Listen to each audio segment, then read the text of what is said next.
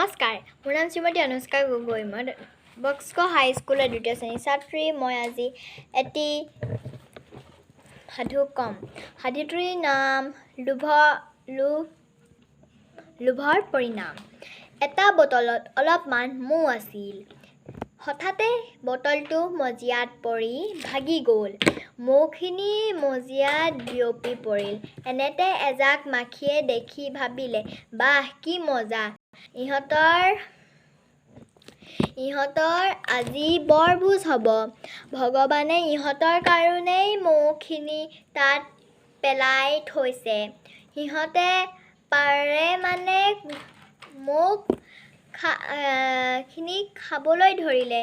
পেট ভৰি গ'ল, কিন্তু তেহেঁতি খায়ে আছে। খাওঁতে তেহেঁতৰ পেটটো ঢোল যেন হৈ পৰিল।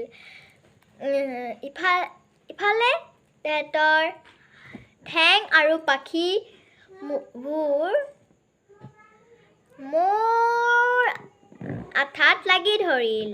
উৰিব নোৱাৰা হৈ তেহেঁতি পৰি ৰ'ল আৰু এসময়ত মৰি থাকিল। আমি এই সাধুটোৰ পৰা এয়ে শিকিলোঁ যে আমি কেতিয়াও লোভ কৰিব নালাগে। লোভেই পাপ, পাপেই মৃত্যু। নমস্কাৰ।